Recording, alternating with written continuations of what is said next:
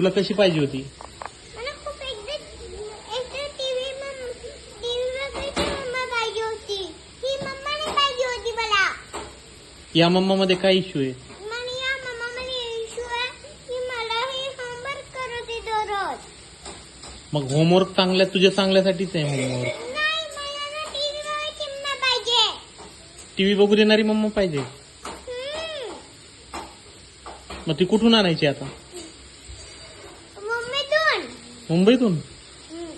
एकच mamma allowed असते फक्त.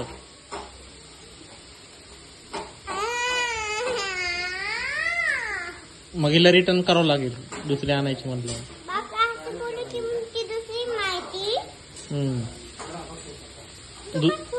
दुसरी अलाउड नाही आता, एकच अलाउड आहे. काय करायचं मग आता तू सांग.